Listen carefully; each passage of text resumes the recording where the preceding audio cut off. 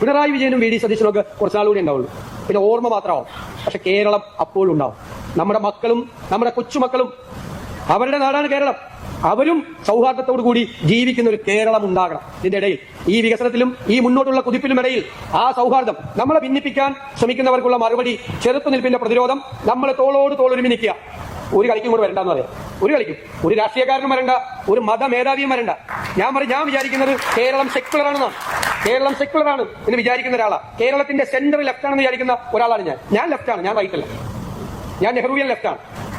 Extreme right കാണിക്കുന്ന ആളുകളെ കണ്ടാൽ ഞാൻ വിമർശിക്കും. ഞാൻ ഇന്നലെ മുഖ്യമന്ത്രിയോട് വഴക്കിട്ടു നിയമസഭയിൽ. ഞാൻ പറഞ്ഞു, നിങ്ങൾ ലെഫ്റ്റ് അല്ല, പൊളിറ്റിക്സ് ഉണ്ട് അതിനകത്ത്, നിങ്ങൾ എക്സ്ട്രീം റൈറ്റ് ആണെന്ന് പറഞ്ഞു. കേരളം ലെഫ്റ്റ് ആയിട്ട് നിൽക്കണം. ലെഫ്റ്റ് എന്ന് പറയുന്നത് പ്രോഗ്രസീവ് ആകണം, പ്രോഗ്രസീവ് തിങ്കിങ് ഉണ്ടാവണം. ഏറ്റവും പാർശ്വവൽക്കരിക്കപ്പെട്ട, ഏറ്റവും സാധാരണക്കാരായ മനുഷ്യരെ ഹൃദയത്തോട് ചേർത്ത് നിർത്തി അവന്റെ കണ്ണീരൊപ്പാൻ, അവന്റെ സങ്കടങ്ങൾ മാറ്റാൻ നമ്മൾ നടത്തുന്ന കഠിനാധ്വാനമാകണം രാഷ്ട്രീയ പ്രവർത്തനവും പൊതുപ്രവർത്തനവും.